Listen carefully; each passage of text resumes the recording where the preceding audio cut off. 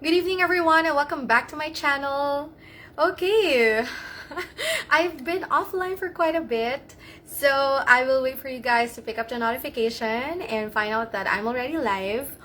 And then we'll start this conversation, which, by the way, I really have to wait for you because I don't know if you can actually hear me because I don't. Okay, I'm not using a microphone right now, so I really have to wait for people to tell me that they can hear me before I start this conversation. Hi! Luis niyo ba ako? Feeling ko lang nakamiss sa akin. That's okay. Pero sige, we'll start this conversation in a bit. I just have to know if my microphone is working because I'm just using my phone. I'm not using any external microphone. So please let me know if you cannot hear me. Hello, Sir Joseph. Hi. Hello, Sir Rex Senieres. Thank you so much for tuning in. I am not sure if you've been here before, but thank you for tuning in. Sir Joseph, PM kita. Okay, so let's do this. I'm not sure if you can hear me. Please let me know if you can't, because I'm just using my phone. I don't have any external microphone that I can use. I lost it actually before I left the country. I actually lost it. So I'm not sure if you can hear me. Okay? So there. I will be talking about something that is really close to my heart right now because of vacation. And as you know, our topic for tonight is all about beating vacay blues and getting back momentum. But before that, hello sir Tayag. Good evening po, and of course, I'd like to greet one of our biggest supporters of the channel. I'd like to greet you, Sir Tayag. Happy birthday! Hindi ko po yata kayo nabati ng birthday nyo. So, happy birthday!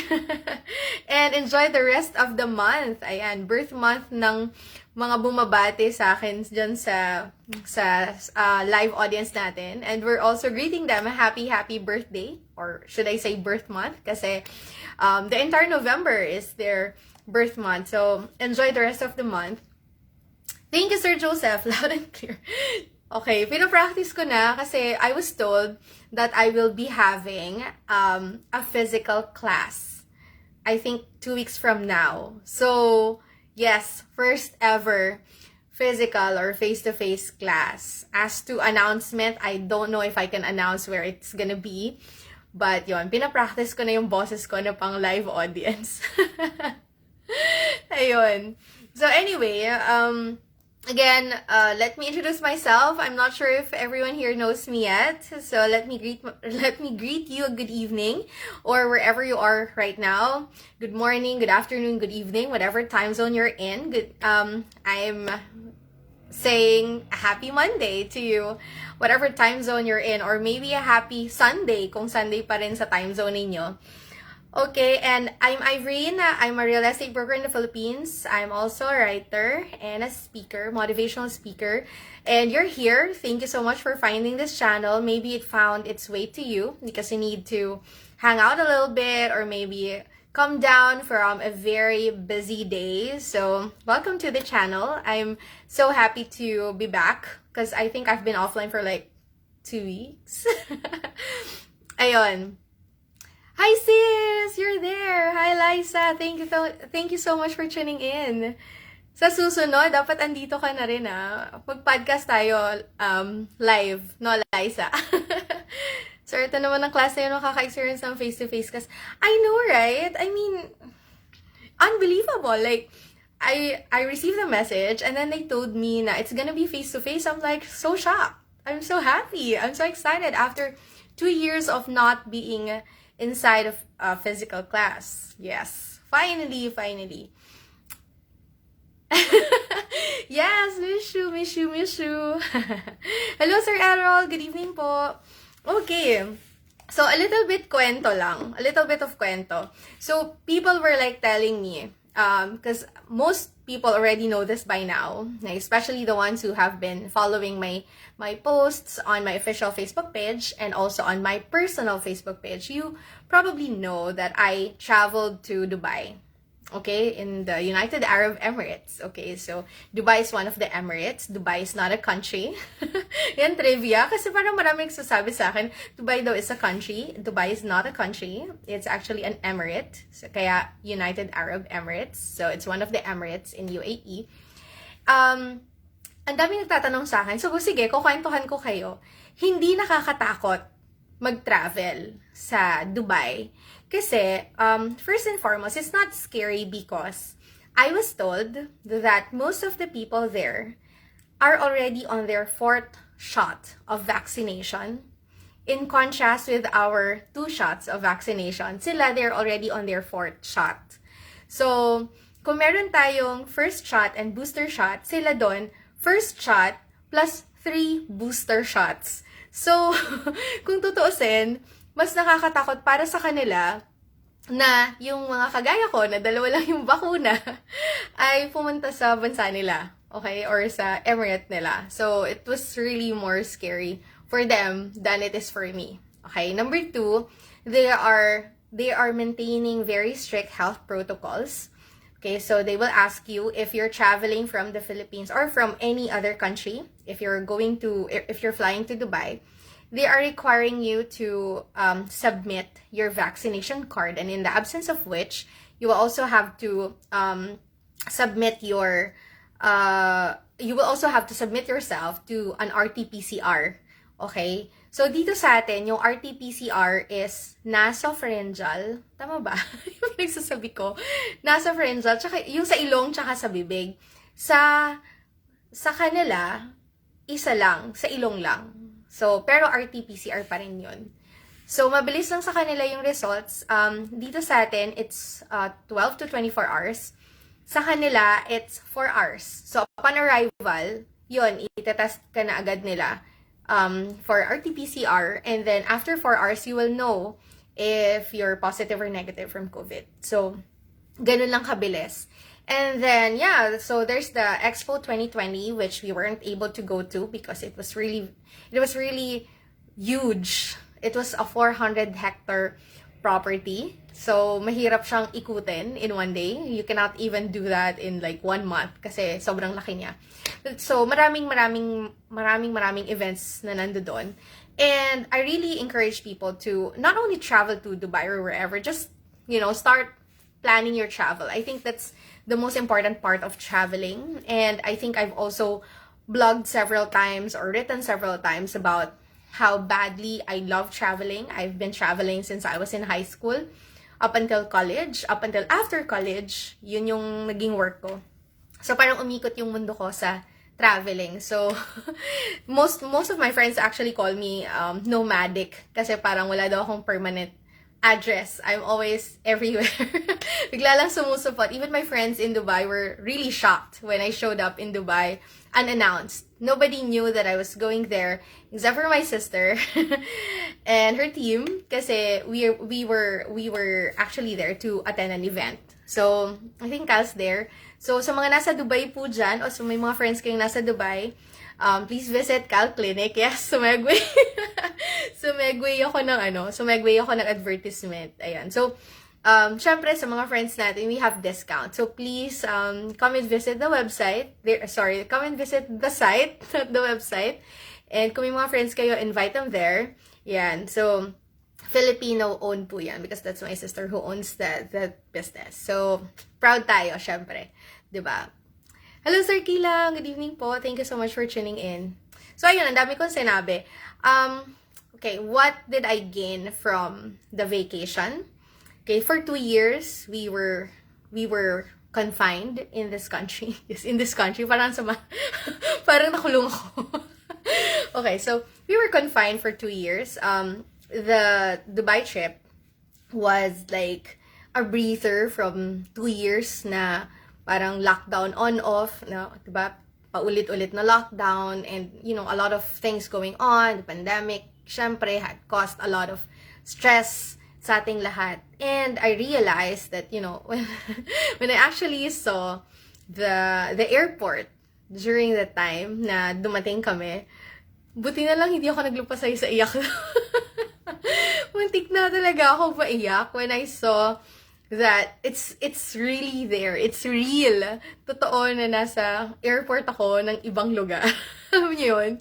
So, ganon. It brought me a lot of happiness that I cannot find anywhere else during the time that, we were in the country for 2 years.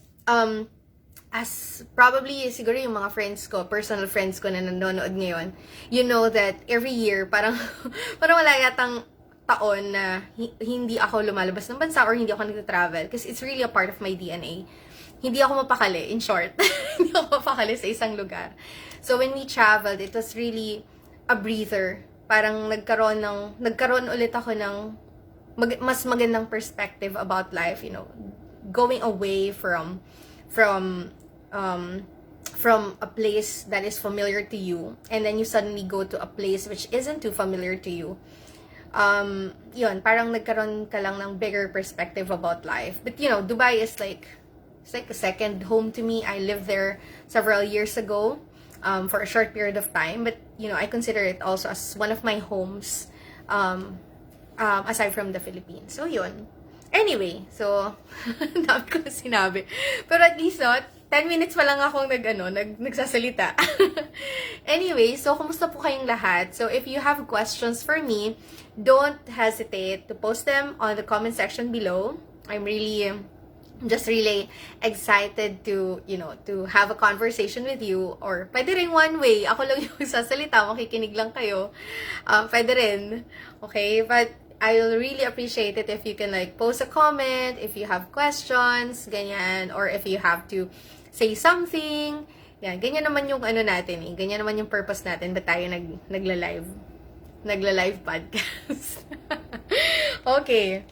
So, post vacay blues. Ano po ba yung vacay blues or vacation blues? Yes, traveling is a stress reliever. Sobra. Thank you, sir. Thank you so much for that input. Sobrang nakaka-relieve siya ng stress. Kasi, when you're looking at something for long period of time, parang nakaka-burnout talaga siya. Kaya kailangan mong lumayo. So, pag lumayo ka, minsan, mas na-relieve yung stress mo, na-realize mo yung mga feeling mo, malalaking problema. Pag lumayo ka, parang, maliit lang pala sila. Masyado ka lang engrossed doon sa problemang yun, parang ganon. Okay, so anyway. So, vacay blues. Actually, yung vacay blues, para din siyang weekend blues. Our topic for tonight is all about beating vacay blues or vacation blues. Di ba every weekend, meron tayong parang break from the world. Ganyan.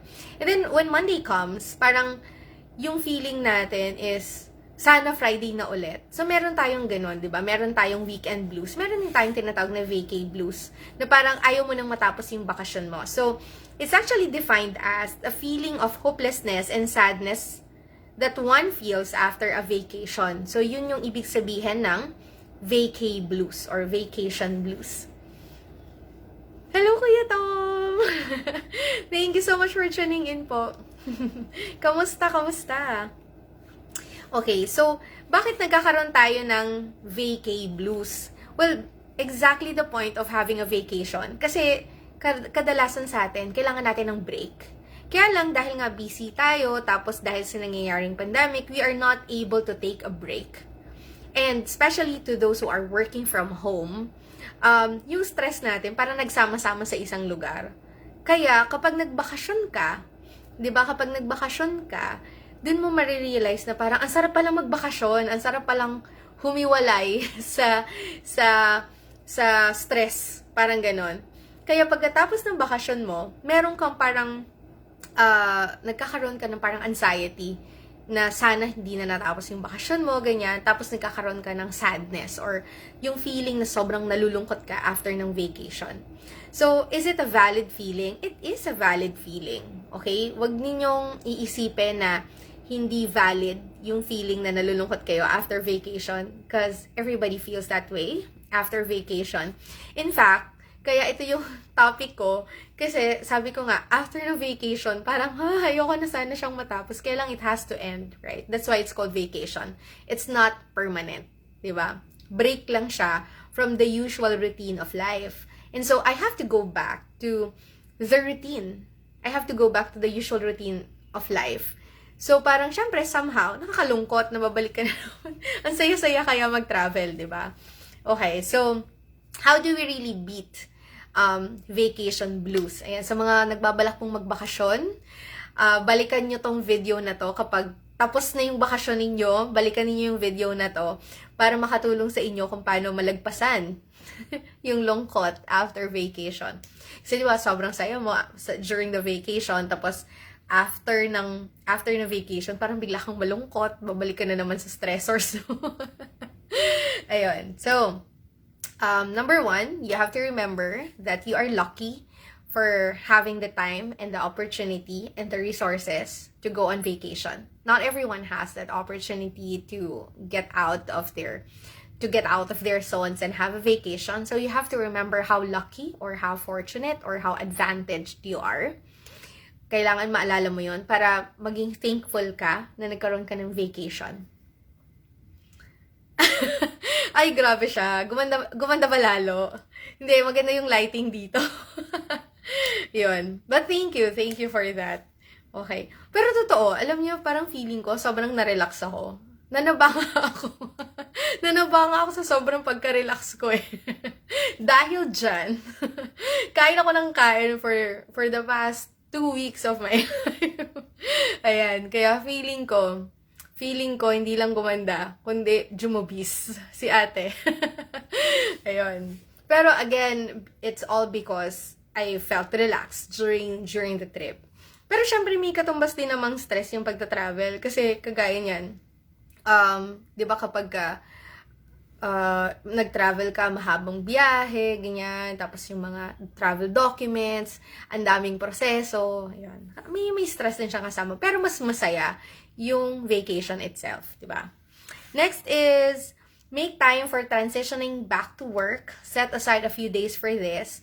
I'm not sure if you know the theory. Maybe you know. Kasi this is a very, like, a common thingy when we were still in school. Di ba kapag nag-aaral ka, tapos biglang may nanggulat sa'yo for whatsoever reasons, ginulat ka or na-disrupt ka, it takes 30 minutes to an hour before ka makabalik sa momento mo ng pagbabasa.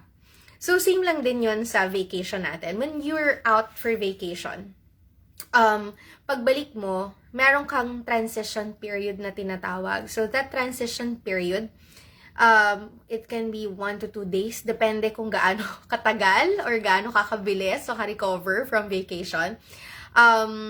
Usually ako, because prior to the pandemic, I traveled a lot. Ang transition period ko lang is 1 day. Because usually I have to get back to work a day after my flight.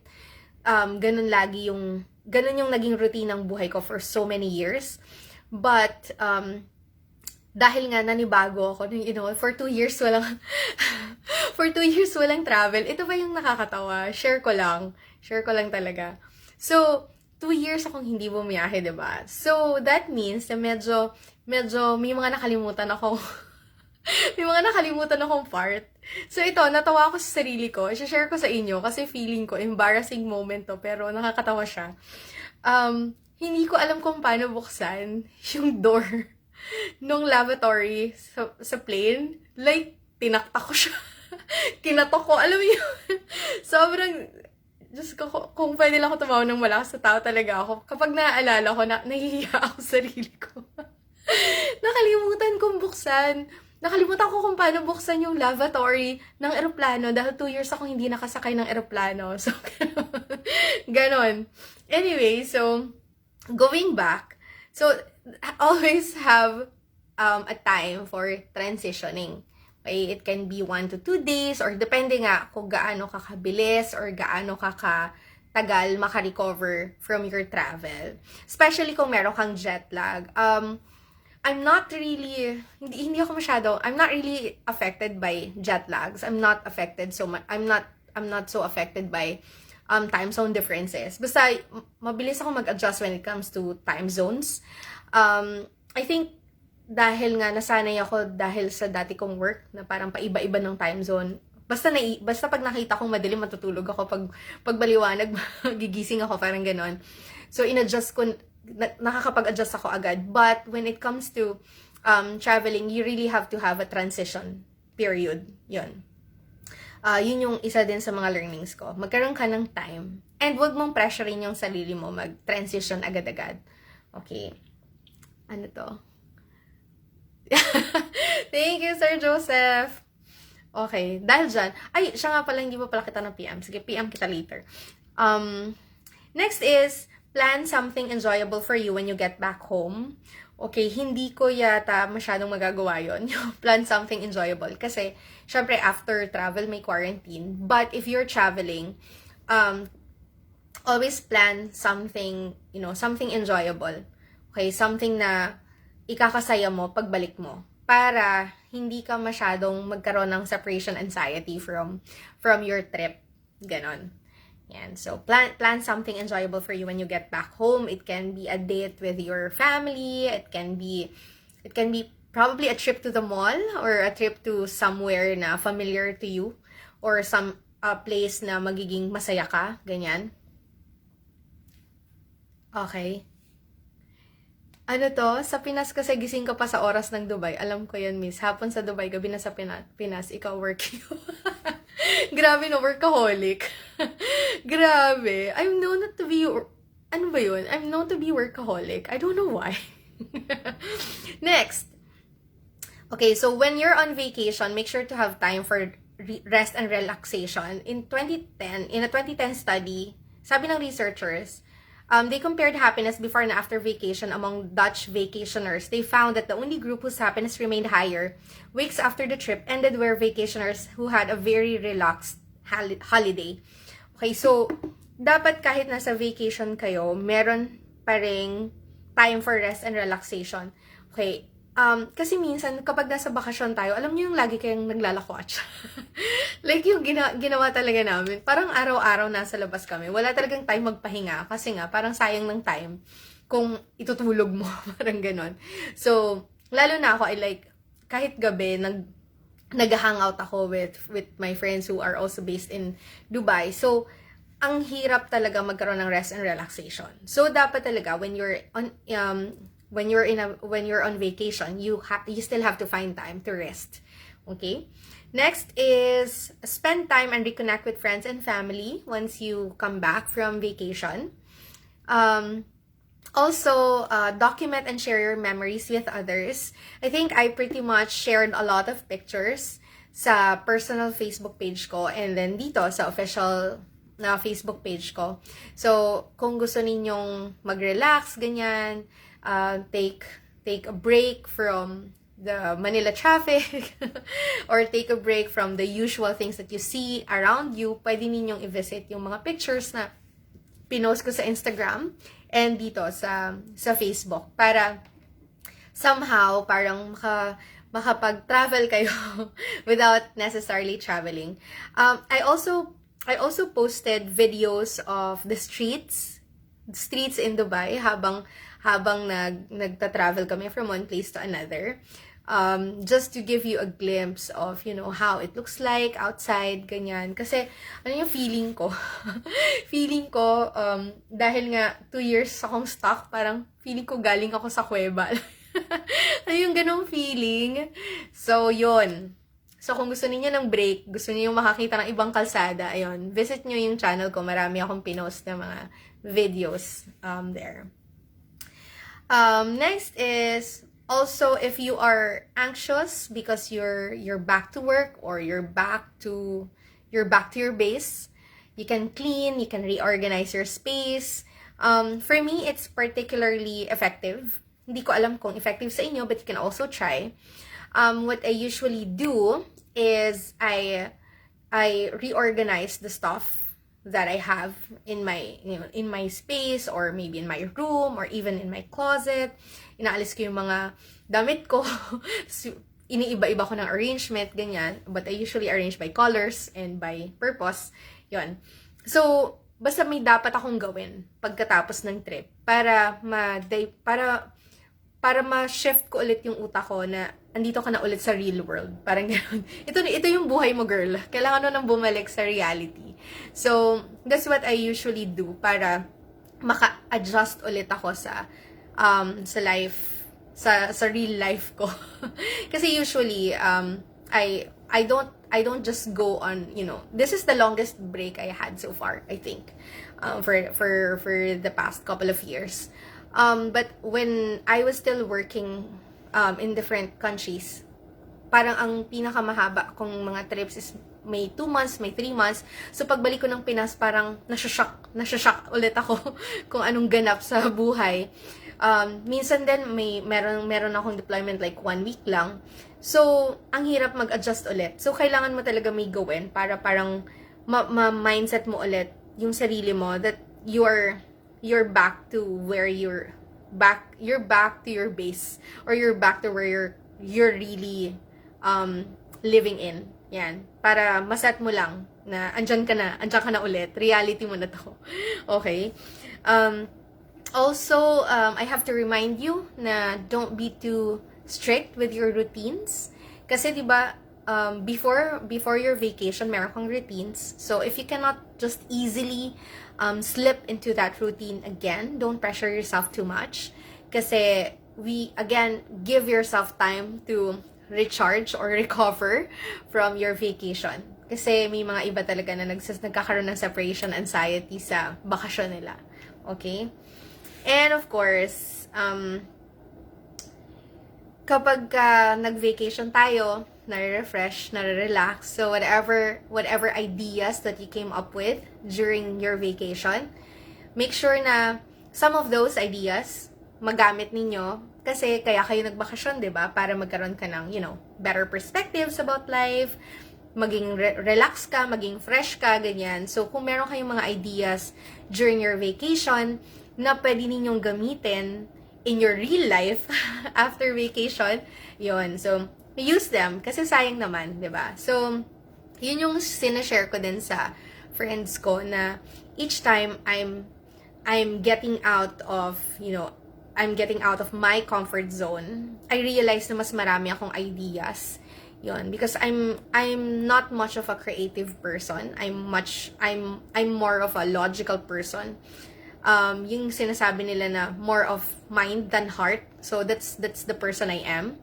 So ang nagiging way ko para maging creative is getting out of my comfort zone and exploring outside of it. For example, not necessarily going abroad or maybe getting too far away. Minsan for me, travel na, lalo na nung pandemic, minsan travel na yung, kasi before, taga Makati ako, travel na for me yung makapunta ako ng Quezon City, for example. Marami na akong ideas na nakukuha niyan during the trip. So, you don't necessarily have to really be too far from your home or too far from your comfort zone. You just have to get out of it. You just have to get out kasi marami kang ideas na may isip outside of that. Especially kung kagaya kita or medyo pareho tayo na walang masyadong creativity sa katawan. Nakakakuha lang ng creativity kapag lumalayo sa mga bagay-bagay. Ayun. So, do more of that. Kasi, our brains can function with both creativity and logic. But we really have to train the mind or help it out para makakuha ka ng creative ideas aside from logical ideas. Okay. So, how do we gain back the momentum? Shoutouts naman po sa mga nagstay. I know, hindi ko alam kung hindi ko po nakikita kung sinong nandyan. So, shout out po sa inyo. Thank you so much for tuning in. I know I'm just blabbering. I'm blabbering about something na medyo strange. I know medyo strange yung topic ko tonight. Kasi nga, not everyone's traveling. Pero for me, once na medyo makarecover na yung ganap sa paligid, I'm pretty sure maraming magta-travel. So, sana mabalikan ninyo ang video na to because this is very helpful as well.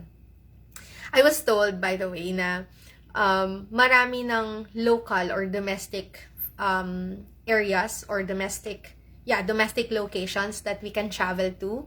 So, kung nasa man po kayo, sabihin nyo naman po kung paano makarating dyan sa inyo. Kasi parang I'm considering traveling din locally. I was told na parang open na yata yung Palawan without quarantine requirements, and Siargao. So, yun. So, invite us to your place as well. Promote your provinces, your regions. Post niyo po dito para naman po sa mga nanonood, alam din po nila kung saan sila pwedeng pumunta.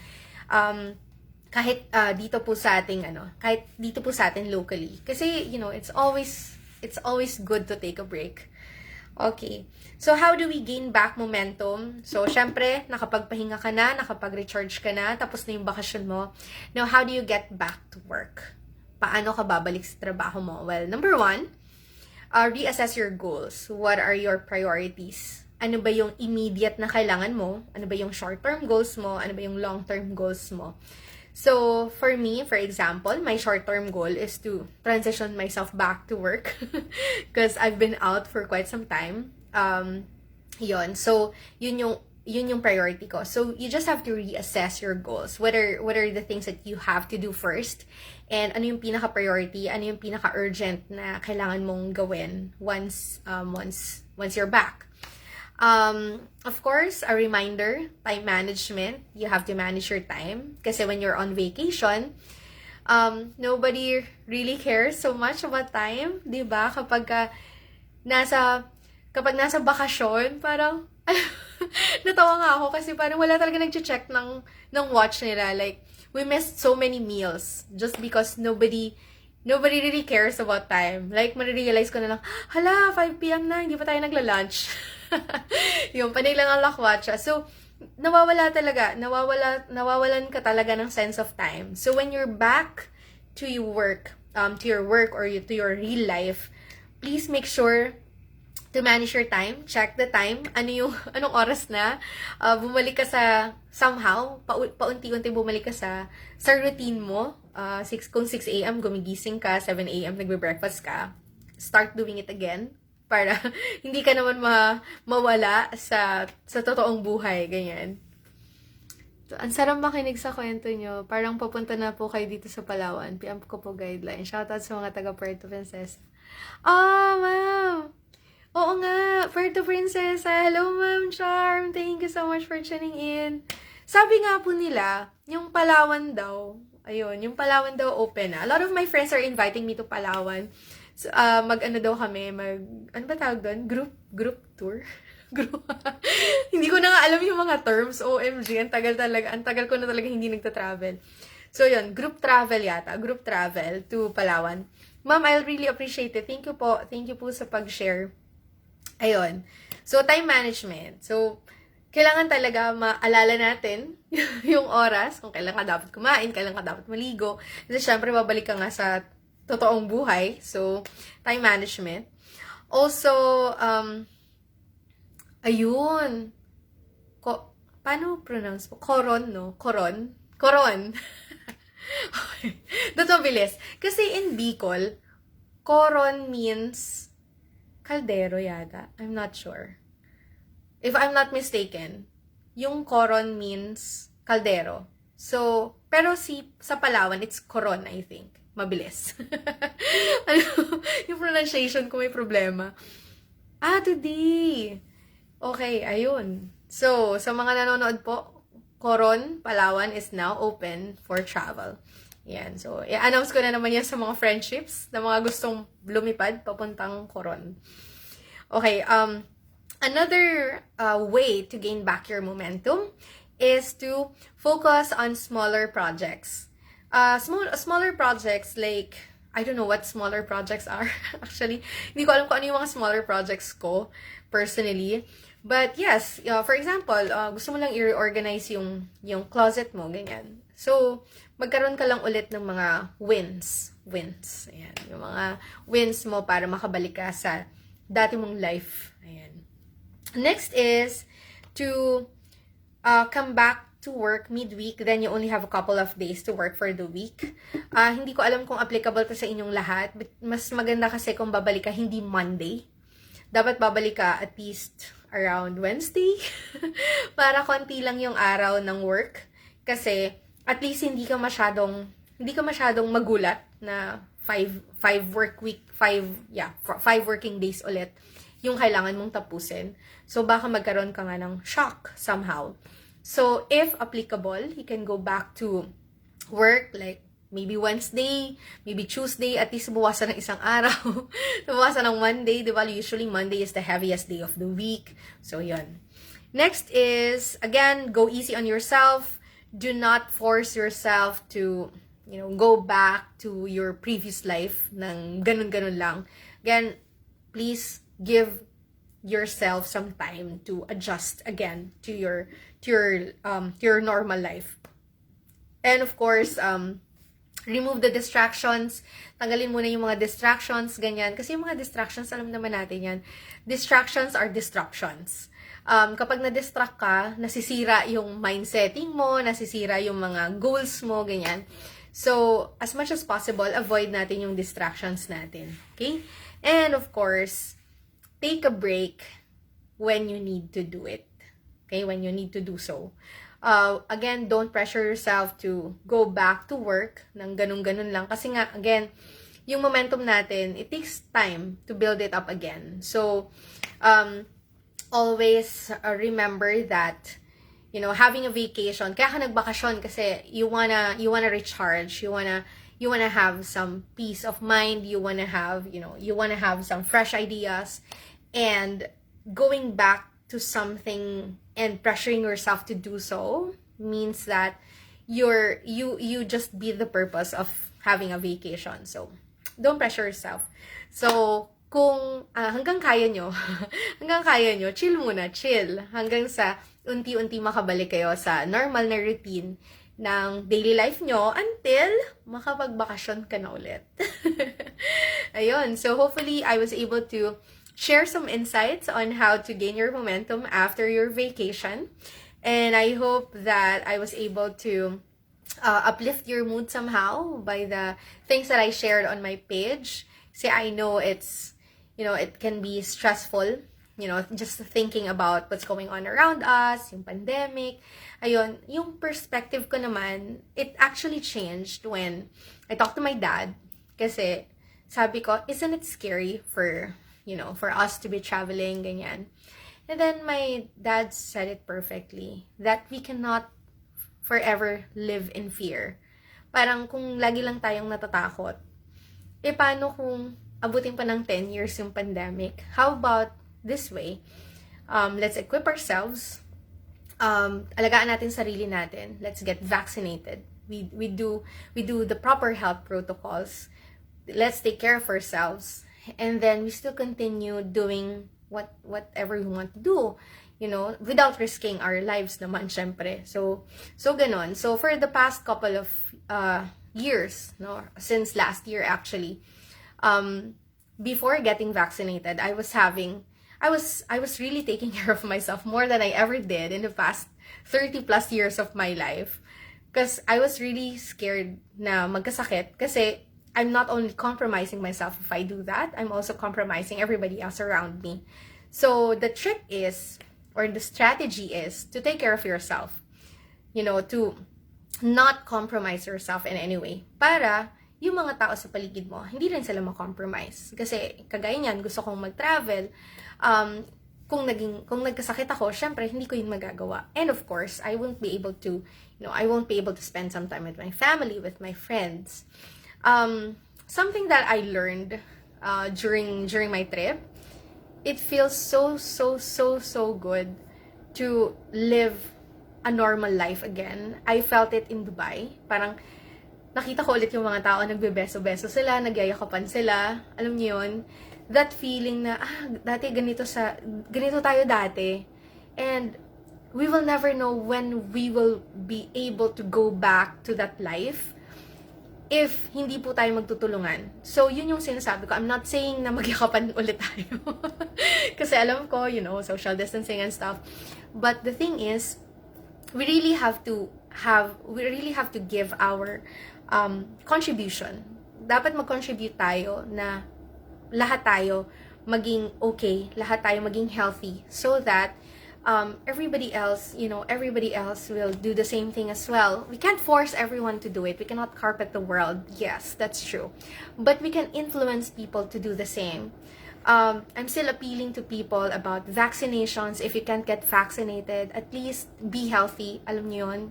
I know, hindi na naman talaga lahat ng tao gustong magpabakuna or pwedeng bakunahan. But, let's inspire them to be healthier.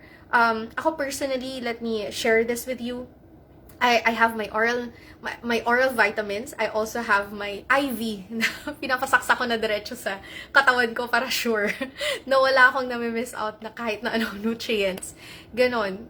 Di bali ng maraming mga intakes ganyan for as long as I can preserve my health so that I will be able to contribute somehow. Kasi right now, our main contribution as citizens of this country, as citizens of the world, is to take care of ourselves and be healthy para hindi tayo dapuan ng sakit at hindi tayo makahawa kung magkasakit man tayo. Ganon. So, yun yung mga na-realize ko. Ang dami ko pang na-realize pero kulang na yung time ko. May meeting pa ako after nito. So, hopefully, you were able to learn a thing or two from this podcast episode. Alam ko na marami pa tayong ano ba tawag doon? Marami pa tayong struggles when it comes to the pandemic, but rest assured that for as long as we take care of ourselves and we continue to be we continue to be optimistic about our situation and we continue to contribute in our own way para mabattle yung pandemic, I believe we will all be okay one day. And hindi na malayo yung one day na yon. I'm sure. Kasi nakita ko na siya sa ibang lugar. Kaya din ng Pilipinas yon. If only we help each other to, to have or to achieve that goal. We can. We actually can. Kaya naman talaga natin. So, yon. Thank you, everyone. Thank you all so much. I hope to see you again on Wednesday for another episode of Empowerment Wednesday. And sana sumaya kayo somehow sa mga pinost ko earlier on. And if you have any travel tips or if you have any travel recommendations, kung meron kayong destinations that you would like to suggest, please let me know kasi excited na ulit akong maglakwatsa. Thank you everyone. God bless. Stay safe, stay healthy, and God bless you all. Bye-bye.